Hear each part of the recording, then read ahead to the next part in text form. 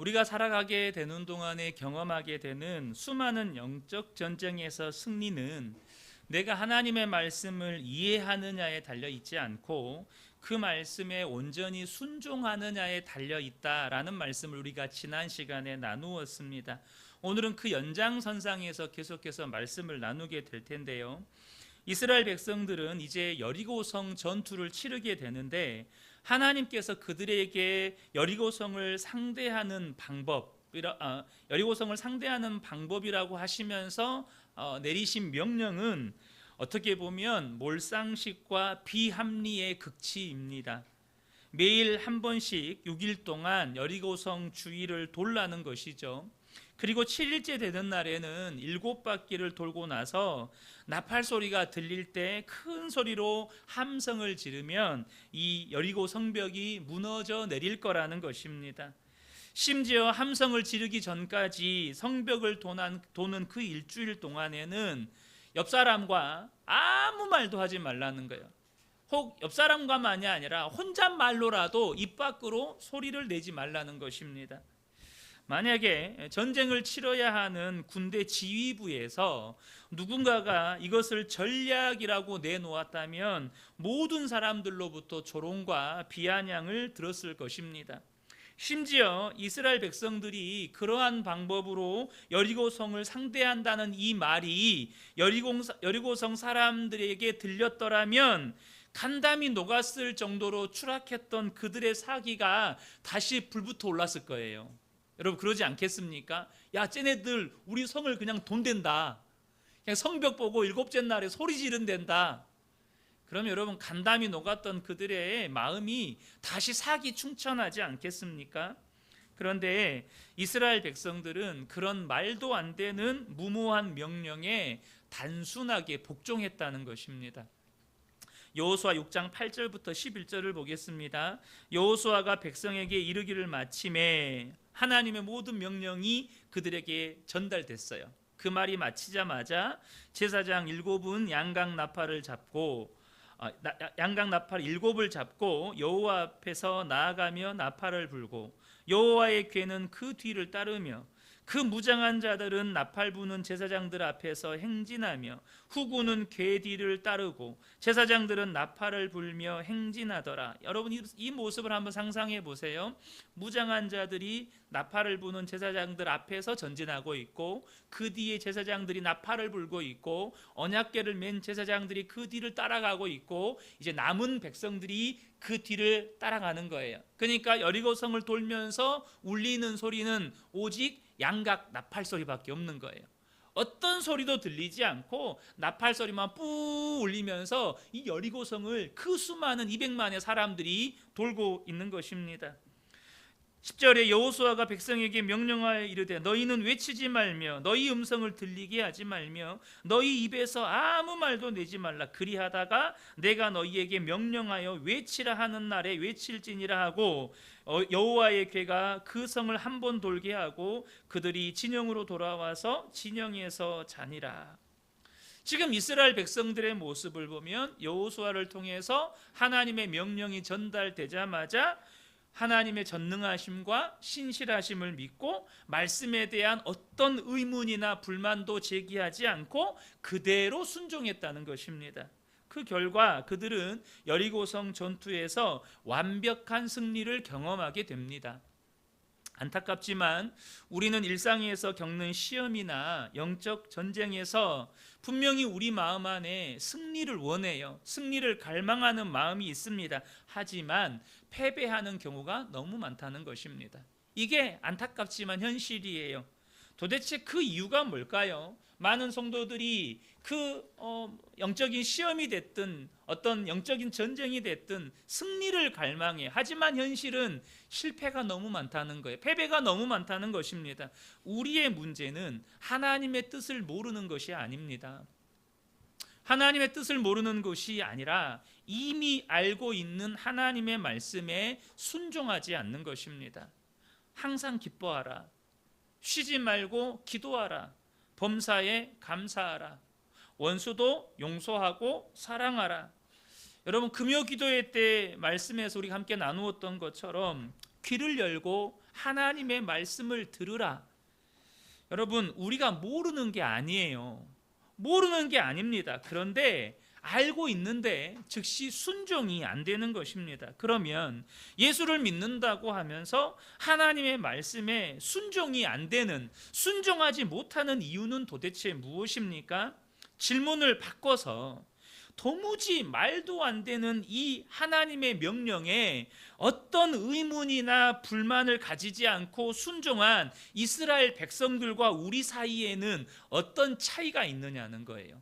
그들은 정말로 말도 안 되는 명령에 즉각적으로 순종을 해요. 그런데 우리는 하나님의 뜻을 다 알고 있어요. 그러나 순종을 못해요. 순종이 안 돼요. 도대체 어떤 차이가 있을까요? 크게 두 가지입니다. 첫 번째는 순종 훈련의 차이라는 것입니다. 다시 말해 우리가 그만큼 순종 훈련이 안 돼 있다는 거예요. 이스라엘 백성들이 광야 40년 동안 끊임없이 반복했던 훈련이 무엇입니까?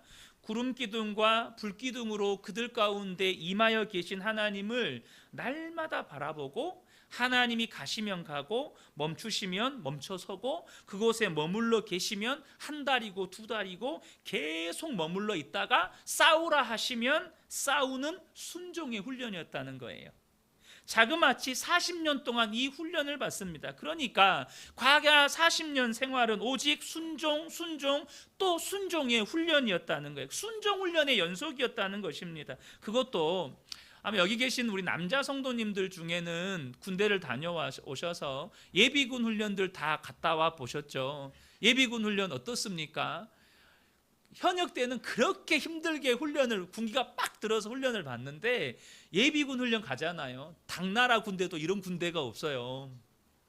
예비군 훈련을 가면 정말로 예비군들이 대충 시간 때우듯이 그냥 훈련 받습니다. 그런 훈련이 아니고 날마다 그들 가운데 구름 기둥과 불 기둥으로 임재해 계신 주님을 집중해서 바라보고 그 말씀에, 그 인도하심에 순종하는 훈련이었다는 거예요.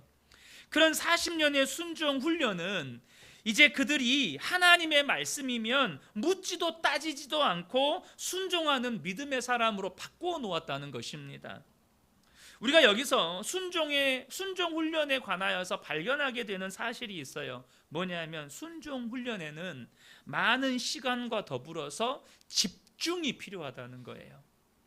하루아침에 순종의 사람이 되는 게 아닙니다. 이스라엘 백성들, 물론 사람들마다 조금의 차이는 있을 수 있겠지만 이스라엘 백성들이 오늘 본문에서처럼 이렇게 순종의 사람이 되는 데는 40년이 걸렸습니다. 믿음의 조상 아브라함도 하나님의 말씀에 순종하여 독자 이삭을 하나님께 바치기까지 41년의 시간이 걸렸습니다. 우리 또한 믿음의 사람, 순종의 사람이 되기까지는 날마다 주님을 바라보고 말씀의 말씀 순종의 훈련의 시간이 필요하다는 거예요.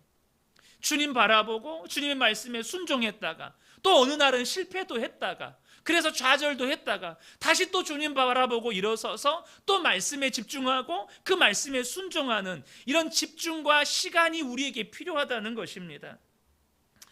여러분, 예수를 믿는 우리에게 순종 훈련은 너무나도 중요한 믿음의 훈련입니다. 여러분은 하나님의 말씀에 순종하기 위해서 얼마나 하나님께 집중하고 있고 또 얼마나 그 순종 훈련에 시간을 투자하고 있습니까? 이게 너무나도 중요하다는 거예요. 우리의 삶의 영적 전쟁에서 승리와 패배를 가르는 매우 중요한 믿음의 훈련이라는 것입니다.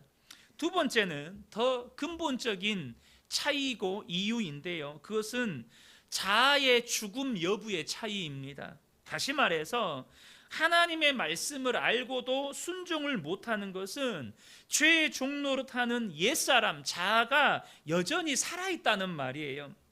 우리가 이전에 여호수아 4장 말씀을 나누면서 함께 나누었는데 이스라엘 백성들은 가나안 땅 입성을 하기 위해서 하나님의 말씀에 순종해서 범람할듯이 흐르는 요단강 물에 믿음으로 걸음을 내딛어야만 했어요. 믿음으로 발을 내디딜 때 요단 강물은 끊어졌고 이스라엘 백성들은 마른 땅을 밟고 요단강을 건널 수가 있었습니다. 그들에게 있어서 이 요단강은 영적인 죽음을 의미합니다. 그들은 죽음을 통과하고 하나님의 백성으로 다시 태어난 거예요. 그들은 이제 죄의 종로로 타던 옛사람이 죽어버렸습니다. 그것을 상징적으로 보여주는 사건이 할례예요. 할례는 그들이 애굽에서 노예로 지내면서 우상을 섬기고 살았던 과거의 수치가 제거되었다는 하나님의 영적인 선포였습니다. 다시 말하면 애굽에서 종로로 타던 옛사람이 죽어버렸다는 거예요. 그것을 할례를 통해서 선포해 주셨습니다. 그렇게 자아가 죽음을 통과하니까 하나님의 명령이 말도 안 되고 이해도 안 되는데 의문을 품지를 않아요. 불만을 품지를 않습니다. 그리고 즉각적으로 순종이 되는 것입니다. 왜 하나님의 말씀에 순종이 안 되는 걸까요? 우리 안에 자아가, 죄의 종로로 타는 옛사람이 주님과 함께 십자가에서 죽었다는 이 사실이 여전히 믿어지지를 않는 거예요. 아니, 믿는다고 말은 하는데 내 삶에 실제가 안 되는 거예요. 아직도 십자가를 통과하지 못한 것입니다. 여러분, 내 자아가 아직도 죽지 않았다는 증거가 뭘까요? 성경을 읽든 설교를 듣든 하나님의 말씀을 들었어요. 그런데 하나님의 말씀을 들었는데 그때 내 속에서 아멘, 주님 순종하겠습니다가 아니고 내 속에서 왜요? 지금 내 형편에서 어떻게 그렇게 할 수 있어요? 왜 나한테만 순종하라고 하세요? 내 처지를 아시면서 그런 말씀을 하세요? 라는 반문과 의문이 생긴다면 그분은 아직 자아가 죽지 않은 사람입니다. 하나님이 말씀하시는데 자꾸 의문을 제기하고 반문을 제기하고 불만을 표시하고 자꾸 하나님께 따지고 들고 있다면 그 사람은 아직도 자아의 죽음이 실제가 안 된 거예요. 혹은 그것이 가능한 일인지 불가능한 일인지를 자신의 경험과 인간적인 방법과 계산을 통해서 이것이 가능하다 불가능하다 결론을 내려요.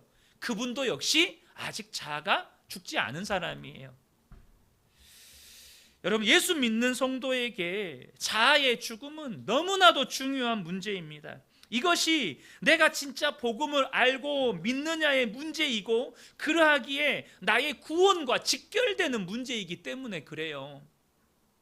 도대체 예수를 믿는다는 것이 무엇입니까? 사도 바울의 고백을 우리는 너무나도 잘 알고 있습니다. 갈라디아서 2장 20절에 내가 그리스도와 함께 십자가에 못 박혔나니 그런즉 이제는 내가 사는 것이 아니요 오직 내 안에 그리스도께서 사시는 것이라. 이 뒤에 나오는 이 고백은요, 이 앞선 문장을 풀이해 놓은 말씀에 불과해요. 예수를 믿는다는 것의 핵심은 나는 예수님과 함께 죽었고 오직 내 안에는 예수님만 사십니다. 다시 말하면 나는 부활하신 예수님과 이제는 온전히 연합되었습니다. 바로 그 뜻입니다. 예수님과 함께 죽었고 오직 내 안에는 예수님만 사시니 나는 이제 오직 예수님과 연합되었습니다. 여러분, 자아의 죽음과 부활하신 주님과의 연합이 실제가 된 사람은 하나님의 말씀에 왜요? 아닙니다, 안 됩니다, 이런 게 없어요. 말씀하신 분이 하나님이신 것만 확인합니다. 하나님이 말씀하신 것이 분명하냐 아니냐 이것만 확인을 해요. 그리고 그 다음은요, 순종밖에 없는 거예요.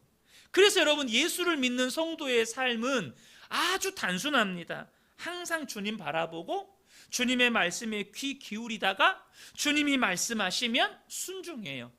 그리고 하나님이 주시는 승리를 내가 누리면서 사는 거예요. 여리고성 전투에서 이스라엘 백성들이 승리를 경험했던 것처럼 내 삶 가운데에서 하나님이 주시는 그 승리를 경험하며 사는 거예요.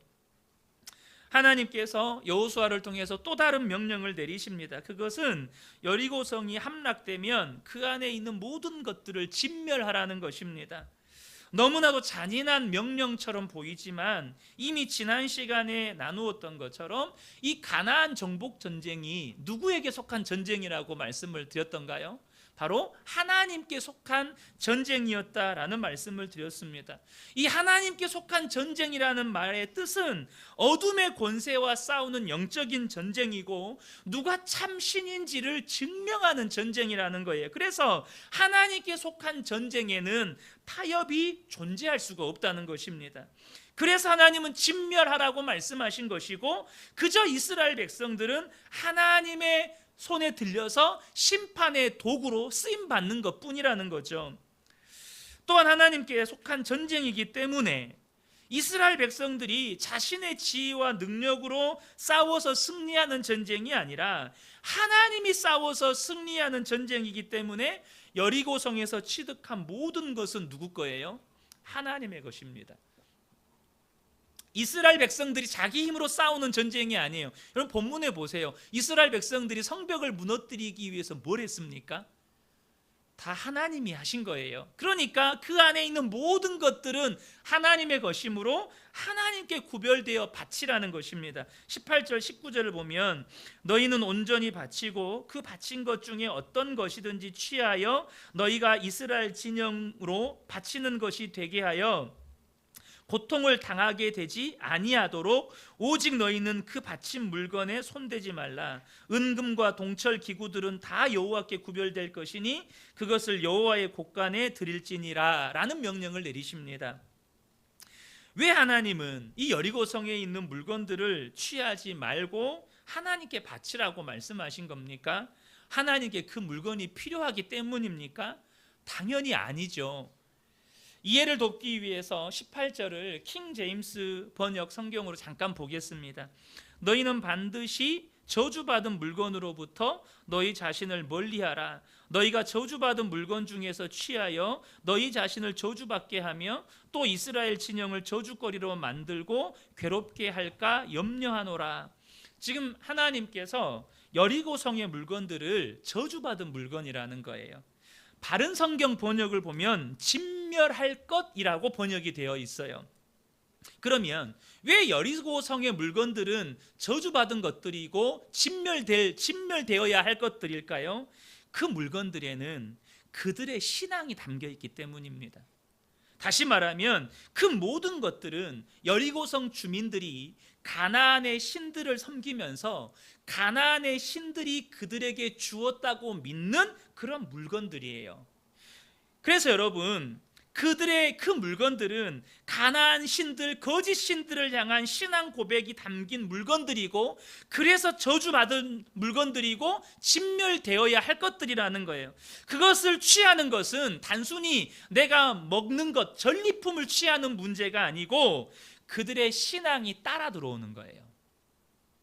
그들의 문화와 그들의 풍습과 그들의 가치관과 그들의 신앙이 이스라엘 진영으로 딸려 들어오는 거예요. 그래서 이스라엘 백성들의 믿음을 오염시켜 저주받게 할 것이기 때문에 그 물건들을 결코 취하지 말라고 주님이 말씀하신 것입니다. 오직 하나님께 바쳐진 것들이니 은금과 동철은 모두 다 하나님의 곳간에 드리라는 거예요.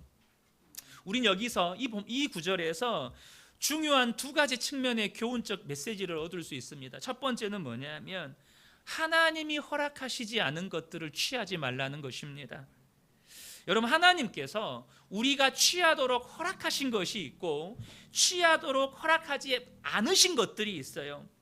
예를 들면 우리가 수고의 땀을 흘려서 수입을 얻잖아요. 우리가 흔히 월급이라고 하는 수입을 얻습니다. 그런데 그 모든 것을 우리가 취하도록 하나님이 허락하지 않으셨습니다.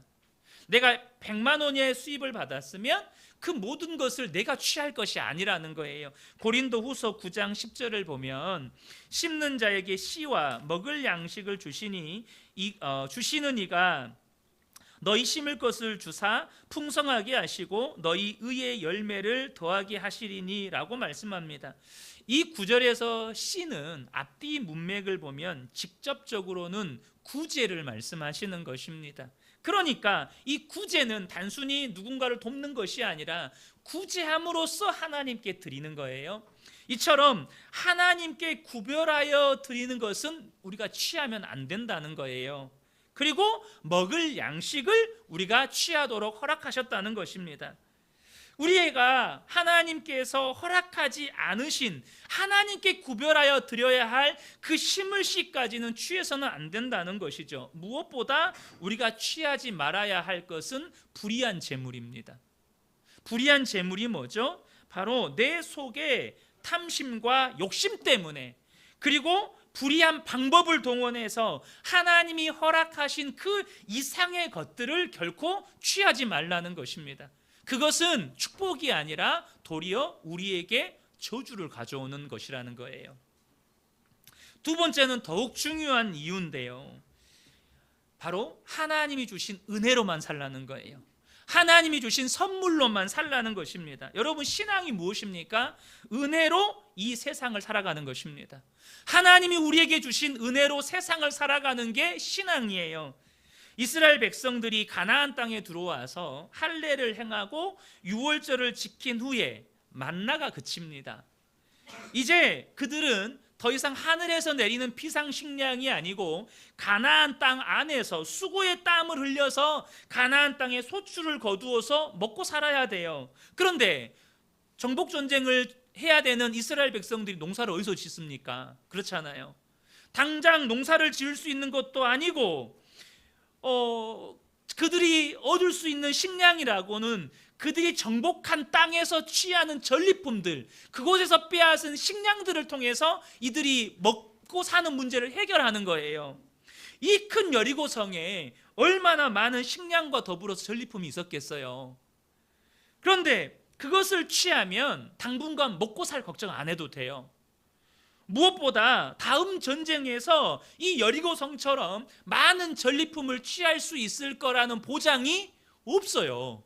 승리할 거라는 보장도, 혹은 전리품을 구할 수 있을 거라는 보장도 없어요. 여러분, 사람의 심리라는 것이요, 물 들어올 때 노저으라고, 그죠? 쟁여놓을 수 있을 때 쟁여놓고 싶은 것이 사람의 본성이에요. 그런데 하나님이 취하지 말라는 거예요. 그것도 첫 전투에서 어마어마한 전리품들이 있는데 그거 취하지 말라는 거예요. 그 말이 무슨 뜻이죠? 하나님이 공급하시겠다는 것입니다. 하나님이 앞으로 그 가나안 정복 전쟁을 하면서 필요한 모든 먹고 사는 것, 먹고 사는 문제 다 책임지시겠다는 거예요. 여리고 성의 물건이 아니고 하나님이 주신 은혜로 살라는 것입니다.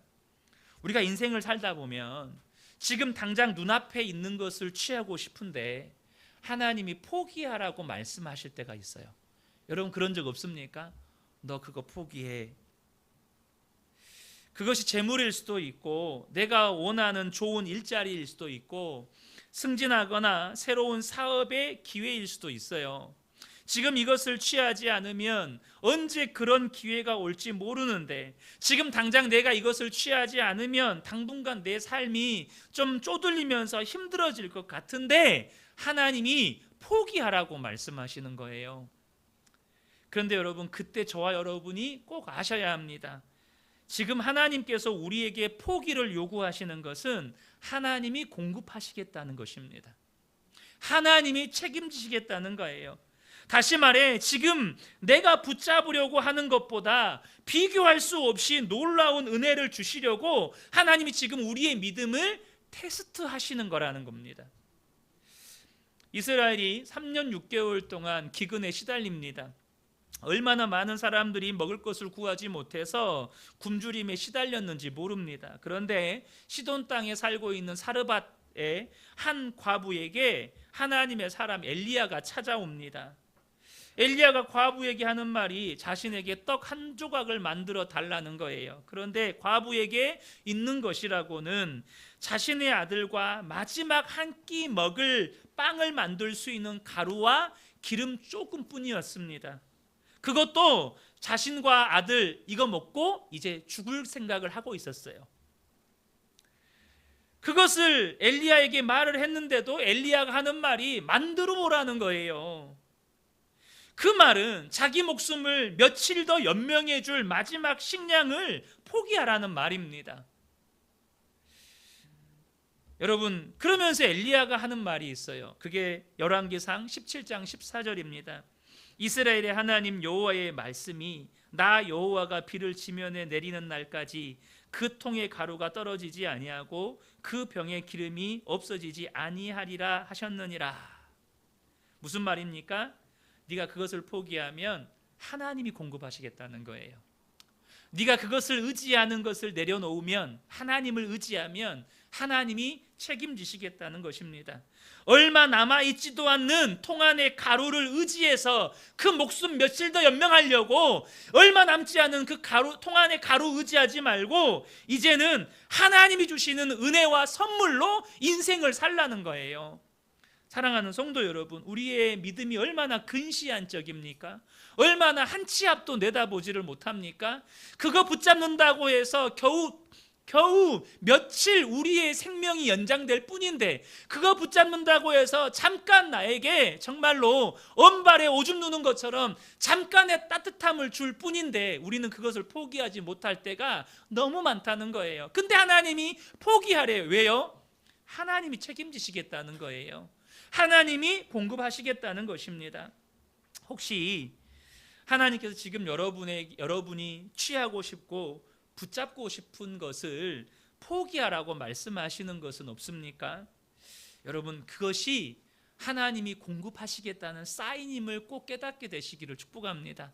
하나님이 책임지시겠다는, 하나님이 책임지시려고 지금 나의 믿음을 시험하고 있다는 사실을 저와 여러분이 꼭 기억하셨으면 좋겠습니다.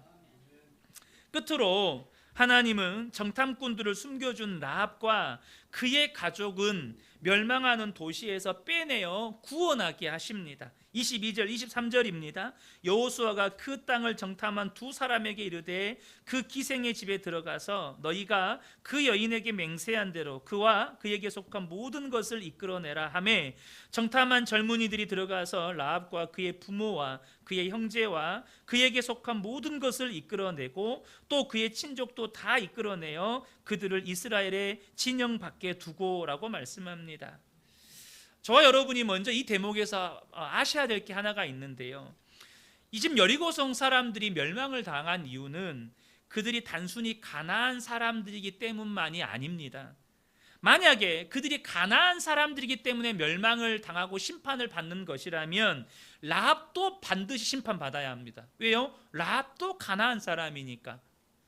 그러면 왜 라합과 그의 가족은 구원을 받고 여리고성 사람들은 다 멸망을 당했냐는 거예요. 똑같은 가나안 사람들이고 여리고성 사람들인데 라합과 그의 가족은 구원받아요. 나머지 여리고성 사람들은 심판받고 멸망을 당해요. 무슨 차이입니까? 바로 정탐꾼과 라합의 대화를 통해서 우리는 그 이유를 발견할 수가 있어요. 여호수아 2장 9절부터 11절입니다. 말하되 여호와께서 이 땅을 너희에게 주신 줄을 내가 아노라. 우리가 너희를 심히 두려워하고 이 땅 주민들이 다 너희 앞에서 간담이 녹나니 이는 너희가 애굽에서 나올 때에 여호와께서 너희 앞에서 홍해 물을 마르게 하신 일과 너희가 요단 저쪽에 있는 아모리 사람의 두 왕 시온과 옥에게 행한 일 곧 그들을 전멸시킨 일을 우리가 들었음이니라. 우리가 듣자 곧 마음이 녹았고 너희로 말미암아 사람이 정신을 잃었나니 너희 하나님 여호와는 위로는 하늘에서도 아래로는 땅에서도 하나님이시니라 라고 라합이 두 정탐꾼에게 말을 했습니다. 여기서 우리는 두 가지 사실을 발견하게 돼요. 첫 번째는 뭐냐 하면 라합과 여리고성 사람들 모두가 이스라엘 백성과 하나님께서 그들을 위해 행하신 그 역사를 다 들었다는 거예요. 라합도 들었고 여리고성 사람들도 다 들었다는 거예요. 그런데 모두가 같은 소식을 들었지만 반응은 달랐다는 거예요. 라합과 여리고성 사람들의 반응이 달랐어요. 그 소식을 들은 여리고성 사람들은요, 그저 두려워하고 간담이 녹는 것이 전부였어요. 여러분 어떠세요? 우리 주님 다시 오십니다. 오늘 밤에라도 예수님이 다시 오실 수 있습니다. 여러분 준비하셔야 합니다. 이 말씀을 들으면 적어도 예수를 믿는 분들이라면 마음에 조금이라도 두려운 마음이 생깁니다. 경각심이 생겨요. 여러분 근데요, 그걸로 만족하시면 안 돼요. 여리고성 사람들도 다 두려워했다니까요. 여리고성 사람들도 다 두려워 떨었습니다. 라합도 두려워 떨었고 여리고성 사람들도 다 두려워 떨었어요. 근데 여리고성 사람들은 두려워하며 간담이 녹는 것이 전부였어요. 어떻게 하지? 어떻게 하지? 어떻게 해야 되지? 그게 전부였다고요. 그런데 라합은요, 그 하나님이 하늘과 땅의 유일한 분이심을 믿었습니다. 그래서 라합은 그 하나님을 믿었기 때문에 하늘과 아래, 하늘과 땅에서 오직 하나님만이 유일하신 분이라는 걸 믿었기 때문에 믿음의 선택을 해요. 믿음의 결단을 하고 믿음의 선택을 합니다. 그게 무엇입니까? 여리고성에 정탐을 들어온 두 정탐꾼을 숨겨줍니다. 목숨을 걸고 그들을 숨겨줘요. 목숨을 걸고 그들을 도와서 하나님 편에 서는 선택을 한다는 것입니다. 그 선택의 결과 여리고성이 멸망당하는 가운데 자신과 가족들이 구원을 받았다는 거예요. 여러분, 이 시간에도 마찬가지입니다. 이 강단을 통해서 선포되는 말씀을 여기 계신 모든 분들이 다 듣습니다. 듣는 건 똑같아요. 어떤 분들은 이 말씀을 들으면서 마음 가운데 두려움이 생기는 분들도 계실 수 있고, 내가 정말 그렇게 살아야지라는 잠깐의 생각의 변화가 있는 분들도 계실 수 있어요. 근데 여러분, 거기서 끝나면 여리고성 사람들과 똑같은 거예요. 거기서 끝나면 여리고성 사람들과 다를 바가 없는 거예요. 분명히 오늘 똑같은 말씀을 들었지만 어떤 분은 라합과 같은 구원을 경험하고 어떤 분은 여리고성 사람들과 같은 심판을 경험하게 될 것입니다. 무엇 때문에 그런 겁니까? 반응입니다. 반응의 차이가 구원과 심판을 결정한다는 거예요. 여러분은 라합이 되고 싶습니까? 아니면 여리고성 사람들로 남기를 원하십니까? 당연히 라합이시겠죠. 지난 금요 기도의 말씀을 때 나눈 것처럼 이스라엘 백성들이 왜 나라를 잃고 그 많은 사람들이 죽임을 당하고 포로로 끌려가는 그런 비극을 맞이하게 됩니까? 이유는 하나입니다. 하나님이 그렇게 많은 선지자들과 종들을 통해서 말씀하셨지만 그들이 귀를 닫고 듣지 않았기 때문입니다. 하나님의 말씀을 듣지 않았다는 거예요. 사랑하는 성도 여러분, 말씀을 들어야 삽니다. 그런데 여러분, 말씀을 듣는다는 건 단순히 듣고 끝나는 게 아니에요. 말씀을 듣는다는 게 뭡니까? 은혜 받으면 되는 겁니까?